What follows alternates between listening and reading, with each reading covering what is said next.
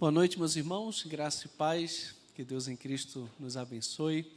Abra sua Bíblia, por gentileza, em Mateus capítulo 6,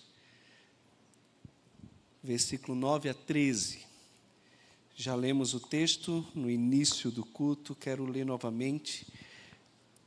Texto muito conhecido nosso. Esse aqui todos tinham que saber de cor, sem dúvida alguma.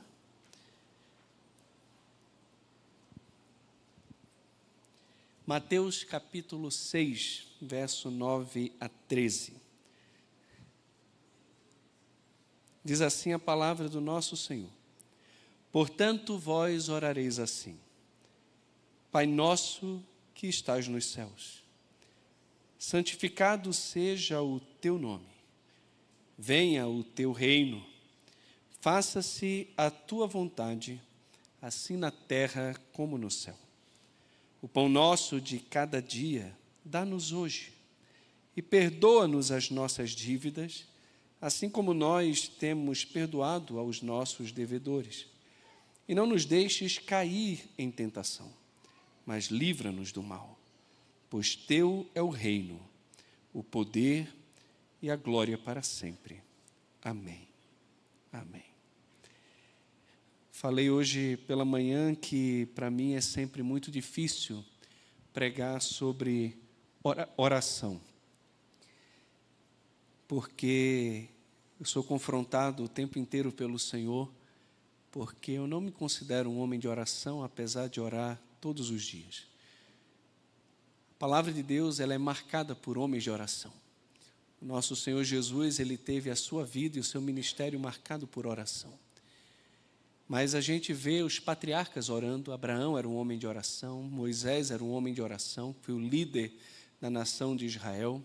Você vê os profetas e os juízes também sendo homens de oração. Quem se destaca nesse sentido aí é Samuel, que disse: longe de mim pecar contra o Senhor, deixando de orar por vós. Então nós devemos orar. Nós somos chamados por Deus a uma vida de intimidade com Deus. O apóstolo Paulo disse que nós, como crentes, devemos orar sem cessar. Os apóstolos eram homens de oração. João Batista foi um homem de oração. Quando nós vamos para o texto correlato a esse aqui de Mateus capítulo 6, em Lucas, os discípulos se aproximam de Jesus e falam: Senhor, ensina-nos a orar como também João ensinou os discípulos dele. Às vezes a gente tem a figura de João apenas como um pregador, um profeta, um homem que se levanta contra as injustiças da sua época, e a gente às vezes não para pensar que João Batista era um homem de oração e que ensinou os seus discípulos a orarem.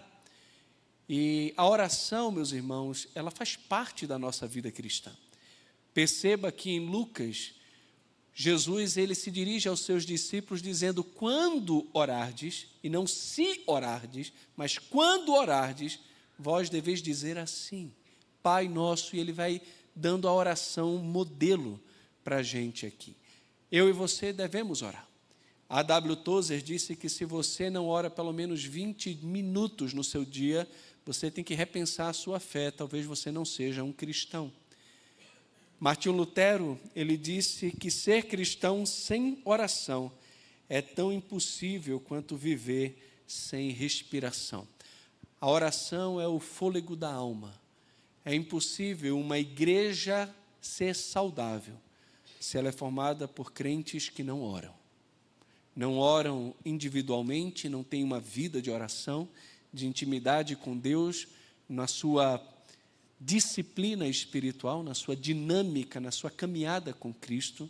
Se você não entra no quarto e ora em secreto, se você não tem tempo com Deus, dificilmente você vai ser uma pessoa que vai chegar aqui no domingo uma vez por semana e vai se conectar automaticamente com o Senhor. O domingo é o momento onde o povo santo que desfruta de intimidade diária com Jesus chega aqui e no ápice da vida cristã, juntos como pedras que vivem, nós exaltamos o nome dele. A vitalidade, meus irmãos, de uma comunidade cristã, ela não pode nunca ser medida pela suntuosidade dos seus templos, pela complexidade da sua agenda, das suas atividades, mas pela profundidade da sua vida de oração. E nesse estudo das marcas de uma igreja saudável, a oração, ela emerge aqui como uma marca fundamental e não como um apêndice litúrgico, mas como motor de uma verdadeira espiritualidade. E aqui no Sermão do Monte, Jesus ele opera uma transição perceptível e também estratégica. Ele deixa a exposição da ética do reino para focar na prática disciplinada da piedade, confrontando, inclusive, as virtudes religiosas da sua época, como jejum, boas obras e, inclusive, oração, que é o que a gente tem aqui no início do capítulo 6 de Mateus. Então, o Pai Nosso, ele surge aqui não como uma fórmula mecânica, mas como um modelo perfeito que deve balizar toda a nossa intimidade com o Salvador. E o que é interessante é que até especialistas precisam aprender a orar. Lembra que eu falei, os discípulos de João pedem a João para que ensinem a orar, e os discípulos de Jesus se aproximam de Jesus e pedem a Jesus que também os ensine a orar. Essa é uma matéria que falta no seminário. O seminário ensina teologia sistemática, ensina pregação, hermenêutica, mas o seminário não ensina a orar. A gente tem que aprender a orar. As pessoas se convertem e elas não sabem orar. A gente acha que vai ser algo natural para aquelas pessoas que nunca falaram com Deus, de repente começar a ter uma vida de oração. Os discípulos de Jesus, meus irmãos, não eram novos convertidos. Além disso, eram judeus devotos, criados na religião, conheciam a liturgia e o templo, e ainda assim, ao observarem Jesus, perceberam que não sabiam orar. E é nesse sentido que eu falo que eu também ainda hoje preciso aprender a orar. Aprender a orar. Eu não sei se foi Lutero ou Calvino que disse que no dia que ele estava mais aperreado, era um dia que ele depositava mais tempo, eu dedicava mais tempo em oração. Se ele gastava 1 hora de oração por dia, quando ele estava mais aperreado, ele investia 2 horas de oração. Hoje o meu dia está tão puxado, que ao invés de orar por 1 hora, eu teria que orar por 2 horas. Engraçado, a gente faria o inverso, né? Hoje meu dia está tão puxado que não dá nem tempo de orar. Então veja só, como nós precisamos aprender a orar. Os discípulos de João viram Jesus orando. João orando e os discípulos de Jesus veem Jesus orando. E aí vem a pergunta, ou o desejo, ensina-nos a orar. A oração não é intuitiva, ela é aprendida. E aqui a gente tem o propósito do modelo. Jesus não ensina uma fórmula mágica para informar a Deus. Isso é uma coisa importante. Às vezes a gente se aproxima de Deus em oração com uma lista de coisas que a gente quer fazer conhecida para Deus, como se Deus já não soubesse tudo aquilo. É claro que Ele sabe de tudo e é claro que a gente tem que falar também, mas a oração não é simplesmente apresentar ao Senhor uma lista de demanda. Ele ensina um modelo para transformar a nós mesmos. A oração do Pai Nosso deve ser a baliza para a nossa vida de oração. Aqui a gente encontra o modelo perfeito e as prioridades da oração de um crente que de fato ama a Deus e conhece a sua posição diante do Senhor. A oração não busca dobrar a vontade de Deus, mas alinhar a nossa vontade à vontade dEle. Charles Spurgeon, o príncipe dos pregadores, ele descreveu essa oração como sendo a escada divina. Notem a arquitetura deste modelo. Ela começa no topo, na posição mais elevada que um ser humano pode estar e ocupar, que é a de filho, Pai Nosso, e a partir daí a oração descende por degraus de submissão e dependência, como adoradores, depois como súditos, como servos, como mendigos de pão, até chegar no degrau mais baixo e urgente, que é de um pecador consciente da sua fraqueza, clamando para não ser deixado cair em tentação. E é nesse movimento, irmãos, descendentes do filho ao pecador em perigo, que nós encontramos a nossa verdadeira saúde espiritual. Então, para começar a nossa reflexão nesse texto, eu queria fazer 3 perguntas a você.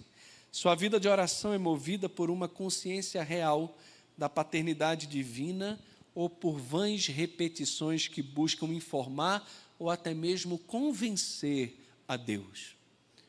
Além disso, Você ora para falar com Deus ou apenas para pedir coisas a Ele? Você olha para a oração como meio de desfrutar de intimidade e relacionamento com o seu Pai? Ou é um meio para alcançar favores de Deus? Será que a sua vida de oração marca o seu egoísmo e uma vida autocentrada? Ou marca uma vida de amor, de intimidade, de paixão por esse Deus que se entregou por nós e deseja um relacionamento íntimo, profundo e verdadeiro conosco? E o seu amém, quando você termina a oração, esse seu amém é um selo de descanso na soberania do Pai ou uma tentativa frustrada de manipular o sobrenatural? Uma vez que a gente compreende a necessidade de aprendermos a orar corretamente, somos então confrontados com o primeiro grande princípio do Pai Nosso, que é o resgate da nossa identidade como filhos diante da majestade de Deus.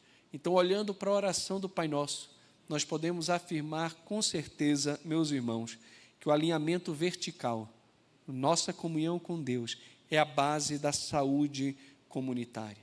Podemos afirmar que a saúde eclesiástica depende de reconhecermos a nossa filiação submissa, exercermos súplicas confiantes e terminarmos nossa jornada em adoração consciente. Sem esse equilíbrio, a igreja degenera em um grupo de pedintes ansiosos, perdendo a paz que flui desse descanso na providência do Pai.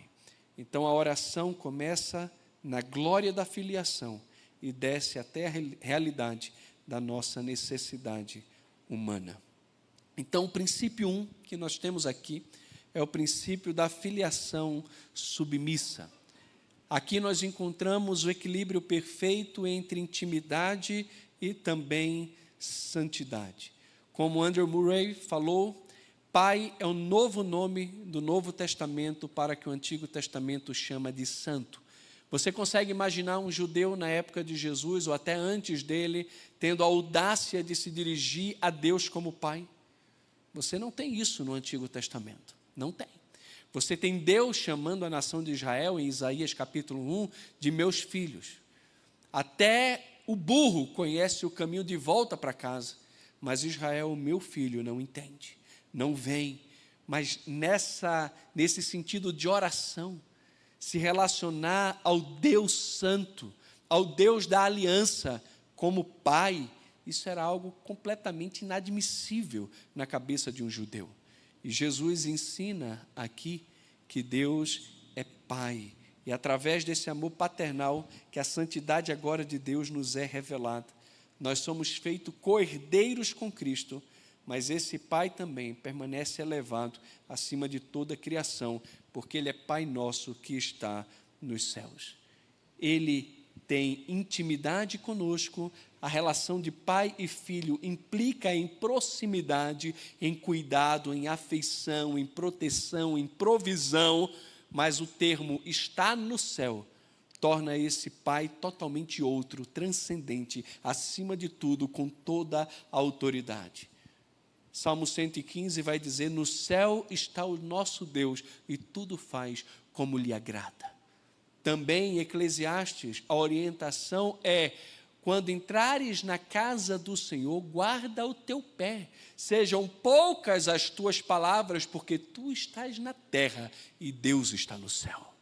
Ou seja, no lugar sublime de autoridade, esse Deus ele deve ser honrado, respeitado e reverenciado.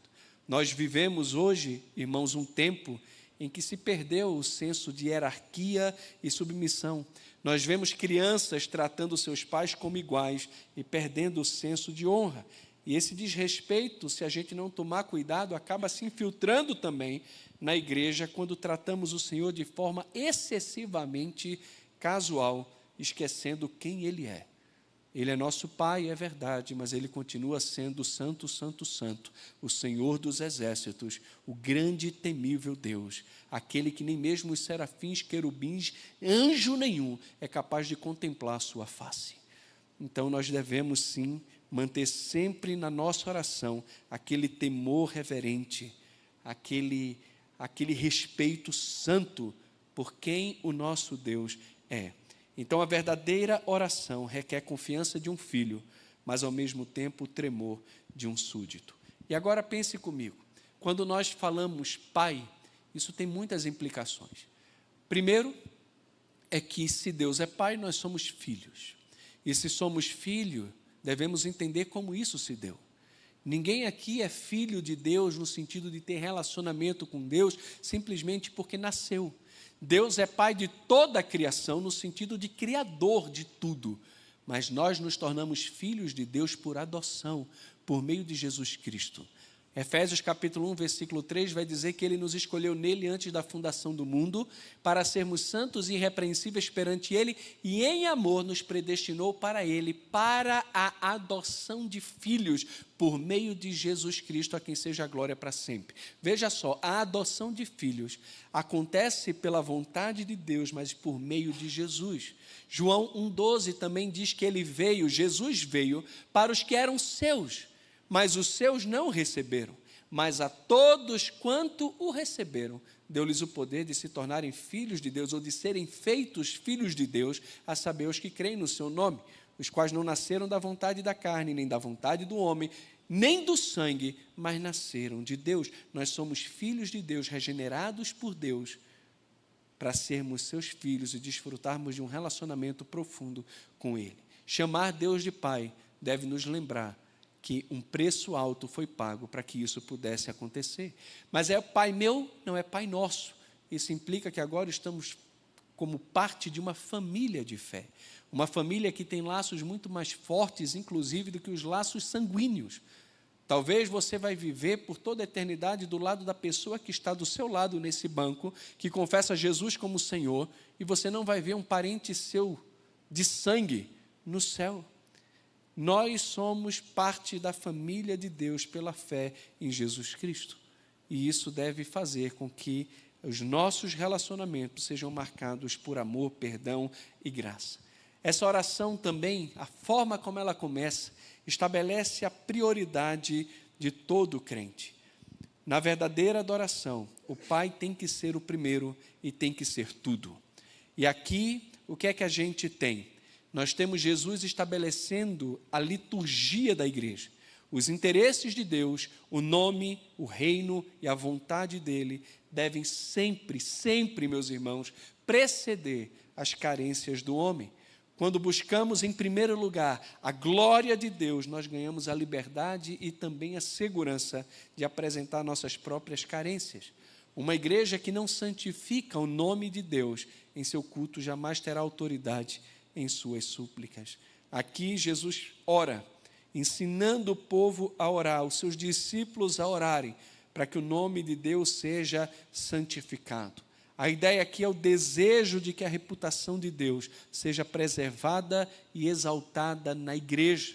Quando Paulo, em Romanos capítulo 1, fala da graça que ele recebeu e o seu apostolado, ele diz que recebeu graça e apostolado por amor do seu nome, para obediência por fé entre todas as nações. Veja só, Paulo é separado por Deus por amor do seu nome. Também no Salmo 23, quando Deus cuida da sua ovelha, do seu rebanho, cuida dos seus, diz que Ele nos conduz na vereda da justiça, e Ele faz isso por amor do seu nome.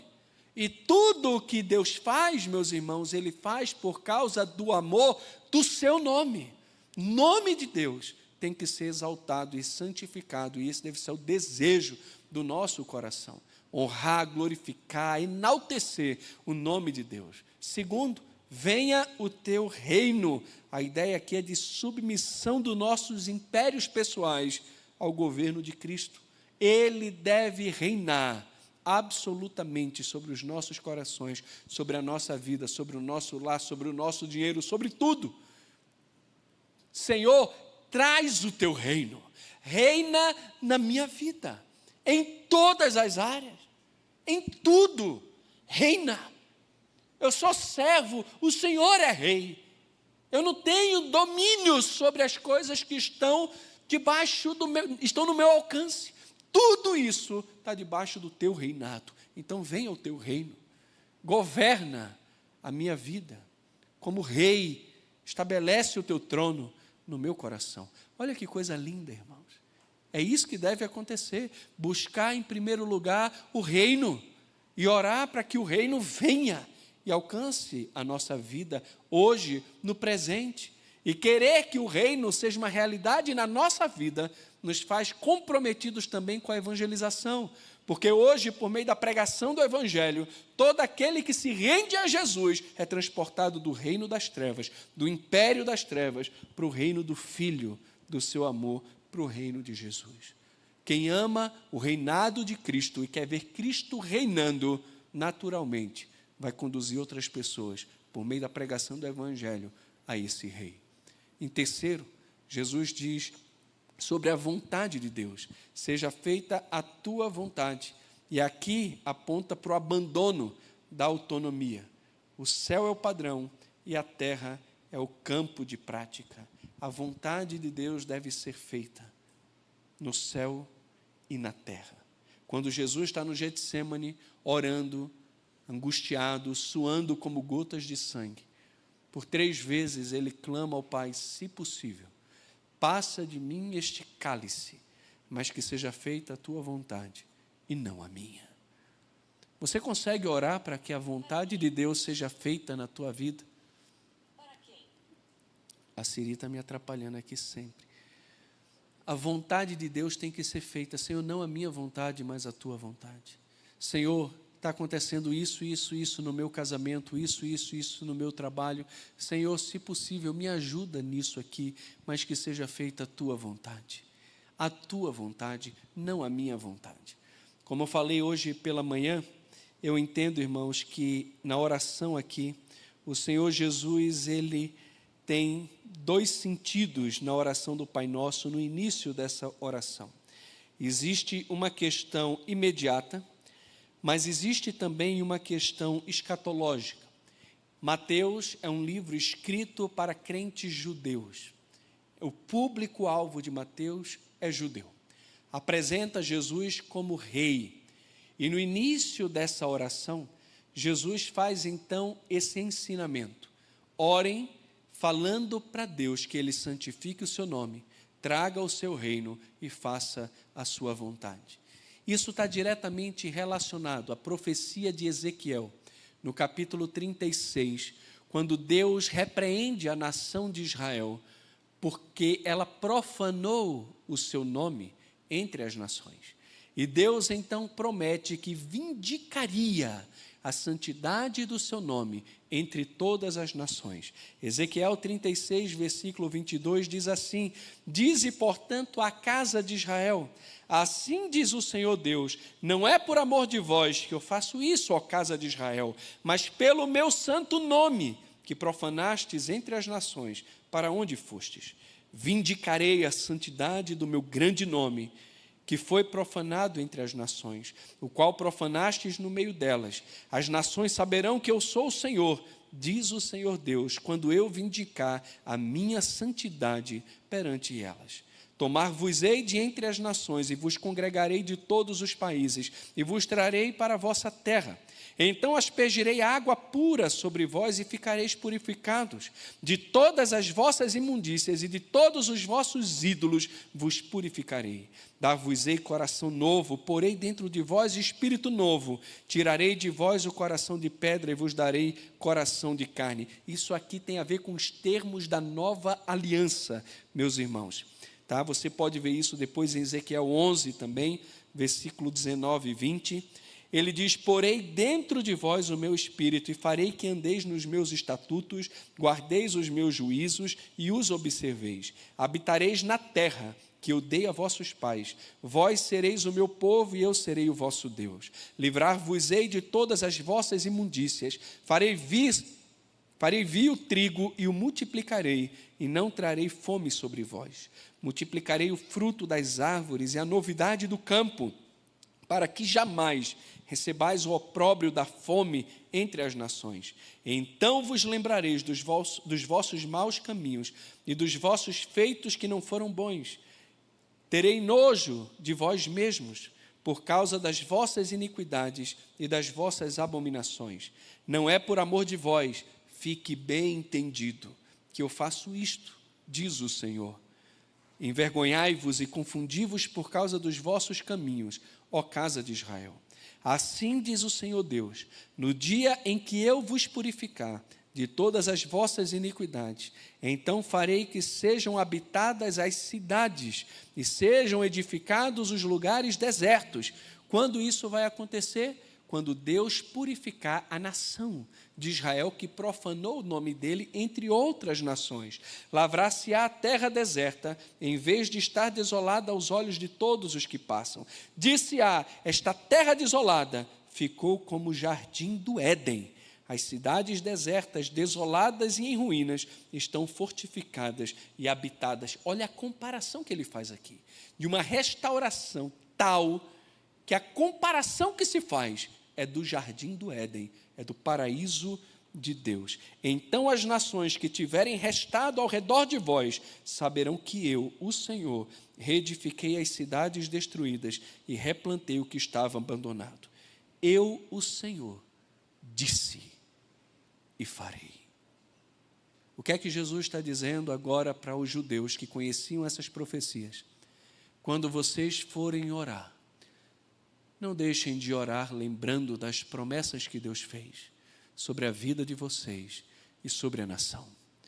Clamem para que Ele santifique o nome dEle, trazendo o seu reino, o seu reinado, para que a vontade dEle seja feita na terra, como hoje é feita plenamente no céu. Alguém aqui pode dizer que a vontade de Deus é feita na terra, como, olha a comparação, como é feita no céu? Não, irmãos. Mesmo que a realidade do reino já seja presente, isso é inegociável, ele é essencialmente espiritual. Nós já desfrutamos desse reinado de Cristo na nossa vida.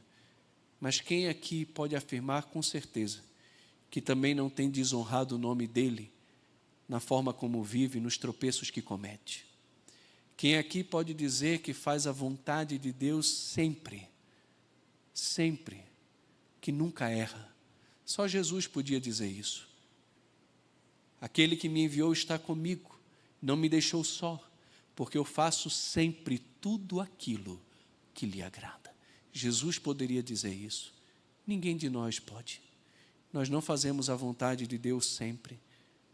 Nem sempre as pessoas e nós mesmos vemos o seu reinado absoluto na nossa vida, em todas as áreas da nossa vida.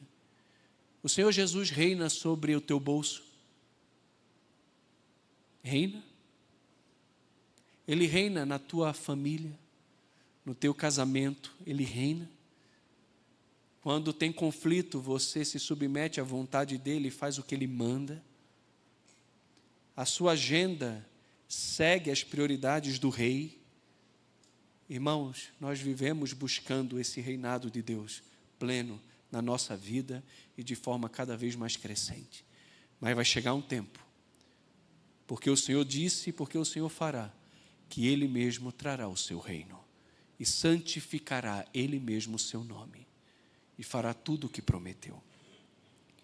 Uma igreja saudável busca primeiro a glória de Deus, e só quando nossos afetos estão alinhados verticalmente é que estamos seguros para pedir horizontalmente.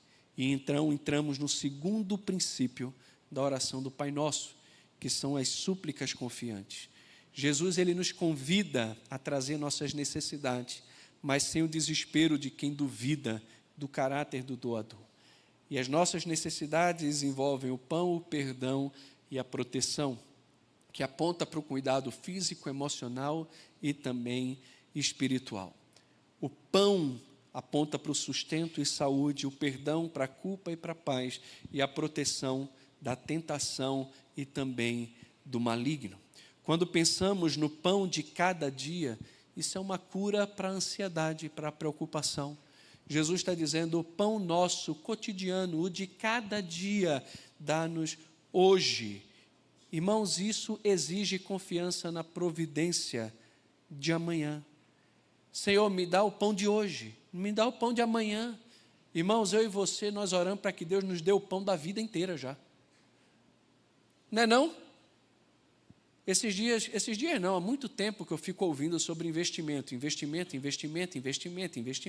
E é bom ouvir essas coisas, é bom ter uma noção sobre coisas de investimento, saber diversificar, aplicar aqui, aplicar ali, investir em ações, renda fixa, variável, não sei o que, isso, aquilo outro. Você vai ouvindo, mas chega um ponto que você fica ouvindo tanto esses economistas, que todos eles ficam dizendo, se você quer ter independência financeira, então você tem que ter investido um valor X, que o rendimento daquele valor te proporcione uma vida tranquila, que você não precise de trabalho e de nem nada.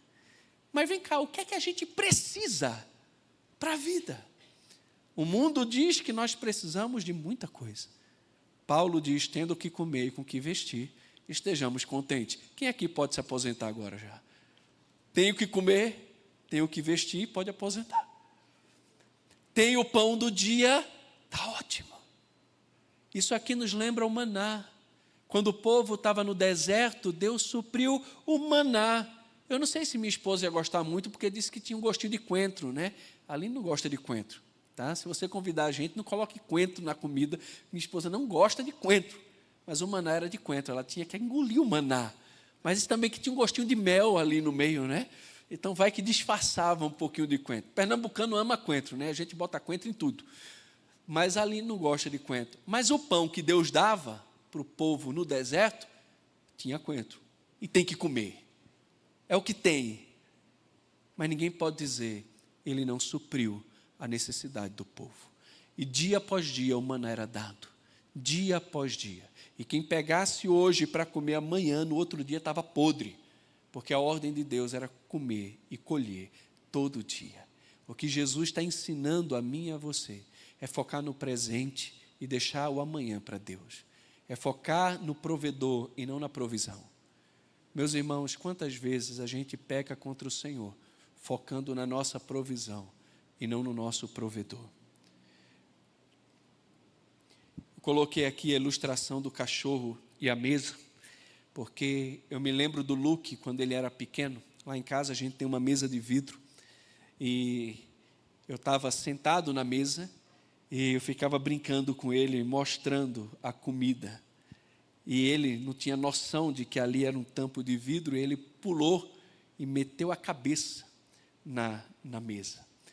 Ele estava ansioso para ter aquilo que estava na minha mão. Às vezes a gente é assim, a gente fica ansioso, esquecendo que Deus está preparando aquilo que nós precisamos. Nesse caso, Deus é o meu pai e prepara o que eu preciso. No caso do Lucas, eu sou o dono e preparo o que o cachorro precisa. Não é o pai de pet não, tá? Sou pai de pet não. Eu tenho um cachorro, sou dono do cachorro. Ele é cachorro, eu sou o dono. Eu não sou o pai e ele é filhinho não, tá? Não tem um pai de pet não. Mas ele fica desesperado.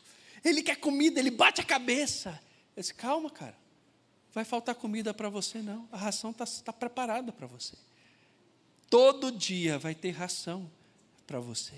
Não vai lhe faltar nada.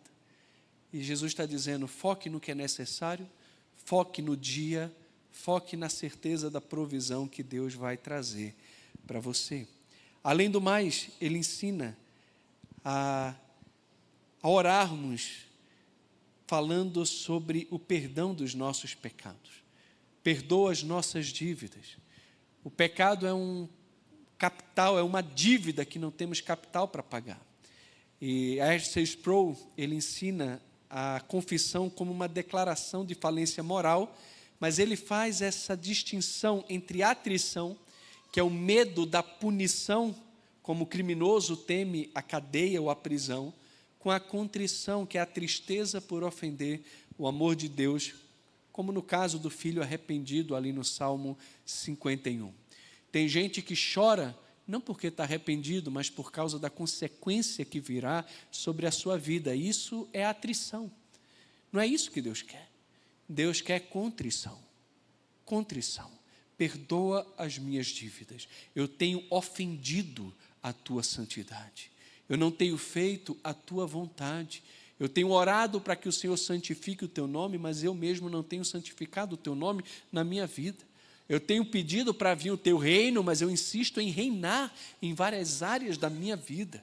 Eu tenho pedido para que se faça a tua vontade na terra como no céu, mas, Senhor, eu tenho procurado fazer muitas vezes a minha vontade. Então, Senhor, me perdoe. Perdoe as minhas ofensas, perdoe a minha dívida. Uma igreja saudável, ela mantém suas contas curtas com Deus, e a confissão diária é a higiene da alma.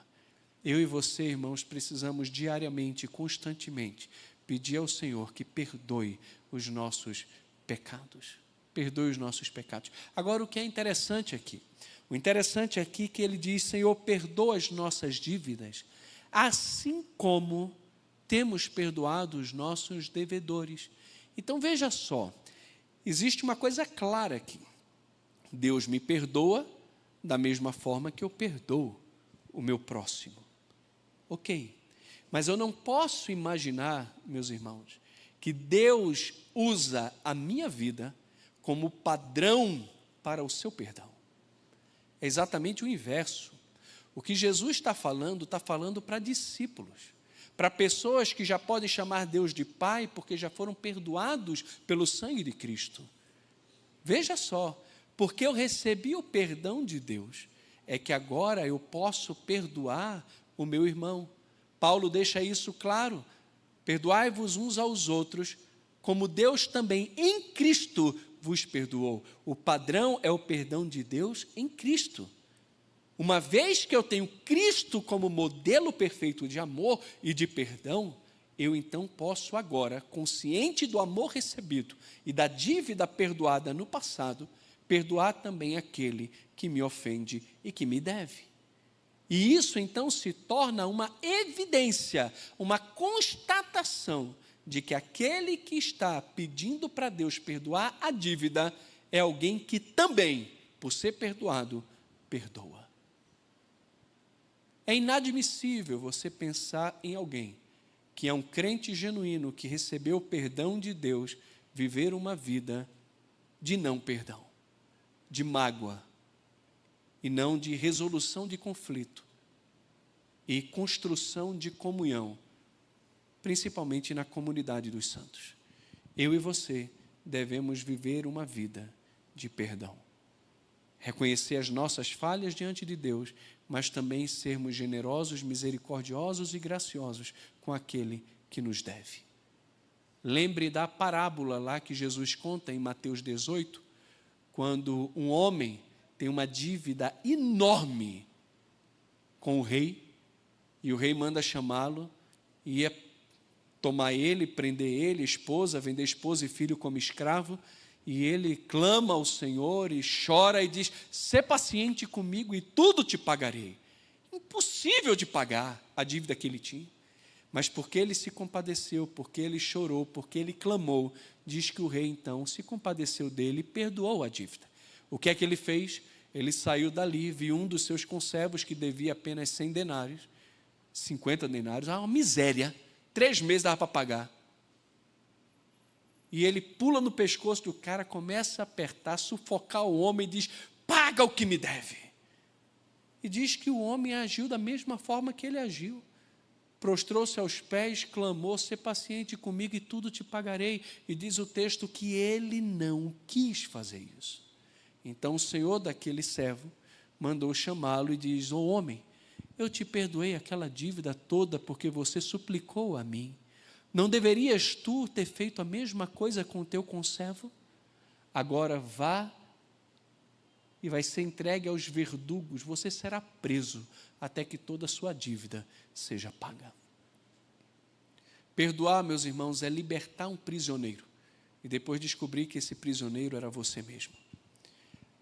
A marca de um cristão é o perdão, que tem como base, como modelo, o perdão de Deus por nós em Cristo. Terceiro, ele fala sobre o santo horror ao pecado. Não nos deixes cair em tentação. E esse é o pedido de quem conhece a sua própria fraqueza e a sua própria miséria. É interessante porque em Mateus 4, antes do Sermão do Monte, diz o texto bíblico que o Espírito Santo conduziu Jesus ao deserto a fim de ser tentado pelo diabo. Jesus está dizendo para mim e para você: ore, e peça a Deus que livre você da tentação. Não te induzas à tentação, não te conduzas à tentação. Ore por isso, para que você não caia em tentação e seja livre do mal ou da ação do maligno. Essa ideia de que, Senhor, eu preciso do Senhor. Para eu ficar em pé, eu preciso do Senhor. Senhor, por favor, não me deixe cair. Guarda os meus pés. Não deixe Satanás ter vitória sobre a minha vida. Me guarda, Senhor, me guarda. Charles Spurgeon, ele narra 2 mártires da era da Rainha Maria, e diz que o primeiro vangloriou-se da sua coragem, mas recuou quando viu o fogo. E o segundo, uma alma trêmula que orava fervorosamente, dizia: não me deixe cair em tentação, não me deixe cair em tentação. E permaneceu firme nas chamas até o fim. E assim glorificou o nome de Deus com o testemunho de cristão. E a gente aprende com isso que a nossa fraqueza, a minha fraqueza e a sua fraqueza, reconhecida, é o lugar onde o poder de Deus se aperfeiçoa. Ninguém aqui é forte o suficiente.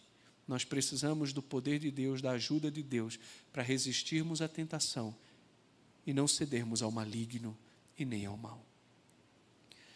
Então nós temos uma ferramenta prática, um método aqui de oração, se queremos ter uma vida de oração saudável. Esse acróstico aqui foi apresentado por R.C. Sproul, que tenta estruturar a nossa vida de oração. A oração, ele não é um exercício passivo, muito pelo contrário. A oração é ação, é orar e agir, E então o A de ação implica em adoração. Comece sempre contemplando quem Deus é. Use os salmos como vocabulário. Leia os salmos, aprenda com as orações dos salmos. Irmãos, toda hora que eu estou orando, eu estou citando as orações dos salmos, orações inspiradas. Que lindo! Aumente isso. Confissão, reconheça quem você é, um pecador perdoado, e limpe a consciência. Se aproxime de Deus o tempo todo. Se confessarmos os nossos pecados, Ele é fiel e justo para nos perdoar os pecados e nos purificar de toda injustiça. Deus perdoa os pecados daqueles que confessam os seus pecados. Pastor, mas eu não consigo me perdoar. Eu já pedi perdão, mas não consigo me perdoar, porque estou lesado, prepotente, arrogante, metido, soberbo. Não, pastor, como assim? Eu sou isso. É isso mesmo, você é assim mesmo. Isso não é sinal de humildade, isso é sinal de orgulho, de soberba. Isso beira a heresia. Deixa eu falar uma coisa. Quem você pensa que é? Que petulância é essa que você tem para dizer que Deus é um mentiroso? Deus diz na sua palavra: se confessarmos os nossos pecados, Ele é fiel e justo para nos perdoar os pecados e nos purificar de toda a injustiça. Confessou, confessei, pastor, então foi perdoado. Porque é o que a Bíblia fala. Mas eu não me sinto, o problema é teu. O problema é teu. Eu não preciso sentir, eu preciso crer. Eu preciso crer naquilo que Deus fala. E se Ele diz que é assim, então é assim. O seu pecado é contra Deus e contra o próximo. Você pede perdão a Deus e ao seu irmão. Se Ele perdoou, está perdoado. E se você confessou, está perdoado. Ah, pastor, mas é porque eu nunca pensei que eu seria capaz. Você é capaz, é. Você é capaz de fazer coisas inimagináveis. Você é um pecador. Seu coração é desesperadamente corrupto. Sem Cristo, você é uma desgraça. Pastor, você não é coach não, né? Nem um pouquinho, meu irmão. Nem um pouquinho. Confissão é a solução para a cura da alma, para a paz com Deus, para a reconciliação com o Senhor. Confie no que Ele fala. Terceiro, ação de graças. Gratidão é um sentimento, mas deve se transformar numa ação, onde a gratidão do coração se expressa em louvor. por meio dos nossos lábios. Lembra dos 10 leprosos que foram curados? Quantos voltaram? Um só, para agradecer. Mas você acredita que os outros 9 não tinham gratidão no coração? Claro que tinha. Só que imagina, você leproso, vivendo em vales, longe da sociedade, da família, sem acesso a culto, a nada. De repente você se vê curado, você corre para onde? Corre para os seus, corre para a família. Eu duvido que aqueles 9 não tinham gratidão no coração, só que um voltou. Um colocou na sua agenda, na sua prioridade, render graças a Jesus por aquilo que ele fez. As bênçãos de Deus, irmãos, quantas bênçãos, dize quantas são, recebidas da divina mão, vem dizê-las, todas de uma vez, e verás surpreso quanto Deus já fez. Quando a gente expressa adoração, ação de graças, nós estamos não apenas louvando ao Senhor, mas dando testemunho ao mundo da bondade de Deus e do favor de Deus na nossa vida. Senhor, obrigado pelo pão, obrigado pelo perdão, obrigado pela proteção, obrigado pela filiação. Deus, obrigado, obrigado. E último, oração, a súplica. Apresente suas petições específicas com confiança filial. Às vezes a gente perde de vista as bênçãos de Deus, porque fazemos orações muito genéricas. Eu posso orar, Senhor, abençoe a cirurgia da Gigi.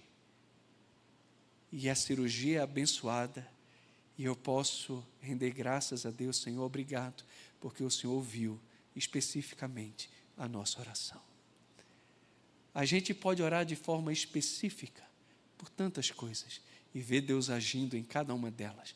Uma das bênçãos do grupo pequeno é poder compartilhar as nossas necessidades, as nossas lutas e podermos orar de forma específica por cada crente do pequeno grupo. E então, semana após semana, vamos ouvindo testemunhos de como Deus agiu, de como Deus ouviu, das bênçãos recebidas, como resultado também da oração que foi feita. Que coisa boa. Quando a gente pensa numa vida de oração, uma pessoa que vem sempre à nossa mente é George Miller, um homem que de fato marcou o século XIX pela sua piedade. Esse homem foi um homem de Deus. Alguns dizem que ele leu a Bíblia mais de 100 vezes, mais de 200 vezes, na verdade, de capa a capa, sendo 100 delas de joelho. Esse homem foi um homem que, de fato, confiou em Deus em oração. Ele tinha algumas regras pessoais, tá? Que ele não aplicava para os outros, mas eram regras que ele seguia para a vida dele. Entre elas, nunca receber salário fixo. Queria depender totalmente do Senhor. Segundo, nunca divulgar necessidades financeiras a homens, mas somente a Deus. Deus sabia o que ele precisava. Terceiro, vender tudo e dar aos pobres, não acumular tesouros. Ele pensava o seguinte: o acúmulo de tesouro me priva de uma vida de oração. Como assim? Ele disse o seguinte: eu nunca vou colocar o meu joelho no chão e pedir, Senhor, manda mantimento para o orfanato enquanto eu tiver dinheiro na minha conta. Como é que eu vou abrir a boca e vou pedir algo que Deus já proveu? Ele já me deu o recurso, então eu posso usar o recurso para que o orfanato tenha o que precisa. Então, não ter o recurso, não ter acúmulo de dinheiro, fez com que ele dedicasse a sua vida em oração e dependesse 100% do Senhor. Pastor, ele é muito radical, né? Pode ser. Nunca contrair dívidas. Qual foi o resultado disso? Levantou mais de 1 milhão de libras naquela época. Além disso, sustentou 10 mil órfãos apenas através da oração privada. A oração e a leitura da Bíblia é o motor da provisão divina. Um dos testemunhos a respeito de George Miller é que num café da manhã eles não tinham mantimento, não tinha nada no orfanato, e ele chamou as crianças e todos que estavam ali, disse: vamos orar e agradecer a Deus pelo alimento. E alguém disse: mas não tem alimento. Ele disse: mas Deus proverá o alimento. E ele orou, agradecendo a Deus pelo pão nosso de cada dia. E quando ele terminou de orar, alguém toca a campainha lá do orfanato. foi um homem que numa caminhonete quebrou na frente do orfanato cheio de pão que ele ia entregar. E como não ia conseguir mais fazer entrega, para não perder o pão, eles estavam doando tudo ali para o café da manhã das crianças. E Deus supriu. E Deus supriu. É lindo, irmãos, ver como Deus ouve a nossa oração. Falei hoje pela manhã que uma experiência muito marcante que eu tive na minha caminhada com Deus na época do seminário. Nós não tínhamos o sustento completo, eu e a Aline, não tínhamos a bênção de ter uma igreja mantenedora que sustentava a gente, como a maioria dos seminaristas não tem que sair levantando recurso, oferta picadinha para poder manter-se no seminário. Teve um dia, de manhã, que não tinha pasta de dente para a gente escovar os dentes. E naquela manhã eu orei e falei: Senhor, se o Senhor julga que pasta de dente é necessário, supre essa necessidade. Fui para a capela do seminário sem escovar o dente. A gente dá aquele bochechada, né, com água na boca, cospe, mas sem escovar dente não tinha pasta. Escovava só sem pasta mesmo, com água ali. Acabou a capela, a gente estava indo para a sala, quando alguém disse: olha, se alguém estiver precisando de pasta de dente ou sabonete, o pessoal da igreja de Campinas, Igreja Cristã Evangélica de Campinas, passou aqui no seminário e deixou 2 caixas de pasta de dente e sabonete. Se alguém estiver precisando, pode passar lá na secretaria e pegar. Fui lá, peguei a pasta de dente, falei: Senhor, obrigado pela pasta nossa de cada dia. O Senhor julgou como necessário ter pasta de dente. Eu agradeço ao Senhor por isso. Obrigado pela pasta de dente. Quantas experiências fantásticas eu passei na época que eu estava no seminário e dependia das ofertas de Deus e dos recursos que entravam. Deus cuidou de nós como Ele tem cuidado. Eu brinquei, né? Eu entrei no seminário com 67 quilos. Hoje eu tenho mais de 100. Estou diminuindo, tá? Já perdi 7 quilos nesse mês, irmãos. Estou firme aí. Vou perder mais. Mas, olha, Deus cuida muito da gente. Às vezes a gente tem que orar agora para pedir para administrar as bênçãos de Deus. Então, que Deus nos dê sabedoria nisso. E a gente tem o final aqui, que é o princípio da adoração consciente. Pois teu é o reino, o poder e a glória para sempre. Amém. Como eu falei, muitos hoje praticam a oração conversacional que beira a irreverência, tratando Deus como um amigo íntimo, como o cara lá de cima, usando expressões triviais. Só que a adoração consciente exige uma adoração que envolve espírito e também verdade. Adorar em verdade é ter uma percepção exata de quem Deus é. Nós não oramos para manipular o soberano, o eterno, o grande rei, mas para nos submetermos à vontade dele. A doxologia aqui, irmãos, é o selo da fé, é o que torna a oração eficiente, pois transfere o controle das circunstâncias das nossas mãos para as mãos daquele a quem pertence o reino e também o poder. O nosso amém deve ser o selo de não apenas quem falou, mas também descansou plenamente na vontade do Pai. Pois teu é o reino, não é meu. Teu é o poder, eu não tenho poder. E tua é a glória para sempre, para sempre. Então a oração recomendada envolve a mente, a alma, é intensa, sóbria e verdadeira. Agora, esses entusiasmos, emocionalismo artificial, onde a mente para de funcionar, trata Deus como se fosse um gênio da lâmpada que existe para satisfazer os anseios, na maioria das vezes, idólatras e pecaminosos do nosso coração. Queria que você fizesse um checklist aí da sua saúde espiritual, da sua vida de oração. Em relação à identidade, você ora como filho que honra a santidade do pai ou como um coleguinha casual? E aí, cara, tudo bom? Tudo bom nada, cara. Veja só. Tu se ligou com quem tu está falando? A quem tu ousa dirigir a voz? Veja só. Trate Deus como pai. Isso implica intimidade, relacionamento, proximidade. Mas não esqueça que Ele está nos céus. Além disso, prioridade. Busque primeiro o reino e a vontade dele. Ou você usa orações apenas para urgências? Como é tuas orações? As pessoas mais idólatras que conheço são aquelas que mais oram. Mas, pastor, não são as mais piedosas? Infelizmente não.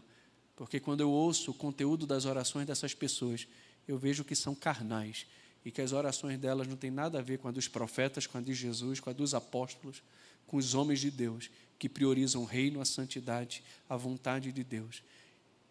Muitas pessoas se dizem pessoas de oração, mas as orações são um instrumento para tirar de Deus o que podem tirar, e geralmente estão atreladas a desejos egoístas do próprio coração. Não tem a ver com a santidade de Deus, com a glória de Deus, com a santidade pessoal, com o perdão dos seus próprios pecados, por uma busca intensa e sincera de ser mais para Deus. No geral, é para receber coisas de Deus, para desfrutar de bênçãos do presente, ignorando as bênçãos do futuro. Terceiro, confiança. Nossas súplicas revelam descanso na providência ou uma ansiedade pagã, que usam de palavras vãs, de repetições, achando que com isso podem dobrar o braço de Deus. Em quarto, humildade. Temos horror santo à tentação ou flertamos com o perigo confiando na nossa própria força? A oração revela a teologia que realmente cremos e não somente aquela que professamos. Quer conhecer a teologia de alguém? Quer conhecer a verdadeira espiritualidade de alguém? Pede para ele orar.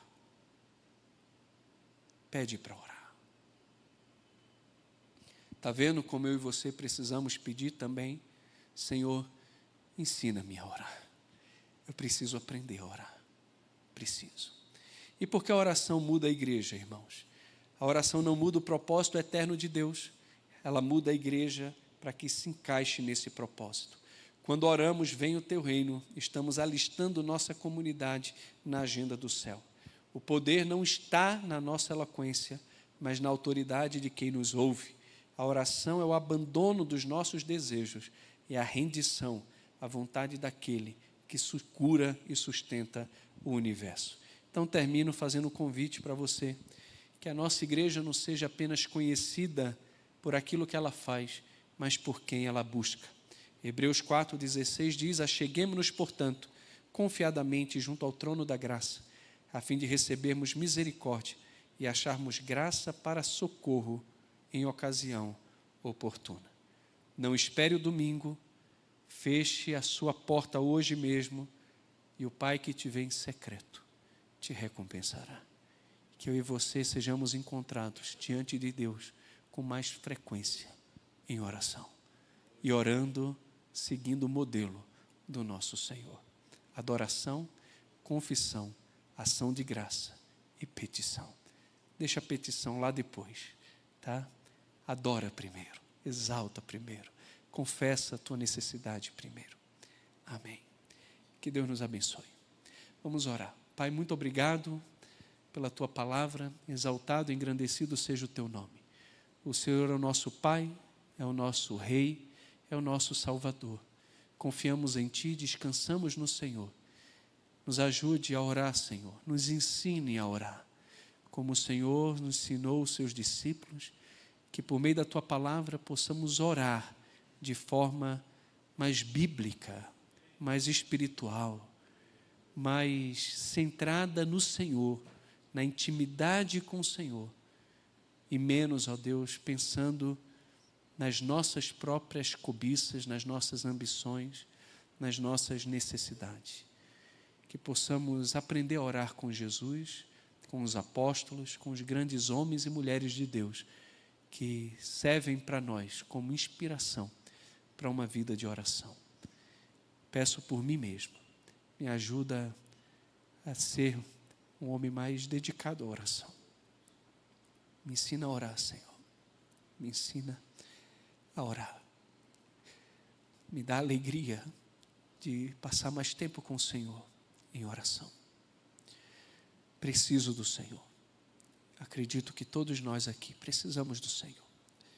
Que a nossa igreja seja de fato formada por crentes piedosos que investem tempo na sua vida privada de oração e juntos, como comunidade, têm prazer também em elevar o pensamento e a voz ao dono do universo, que também é o nosso Pai.